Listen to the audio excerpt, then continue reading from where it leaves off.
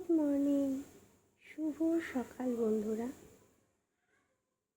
আজ হচ্ছে সোমবার, শ্রাবণ মাসের তৃতীয় সোমবার।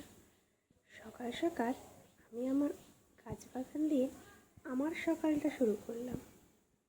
ব্যস্ততম সকাল শুরু করলাম, তার সাথে তোমাদেরকেও শেয়ার করলাম আমার ছোট্ট গাছ বাগান।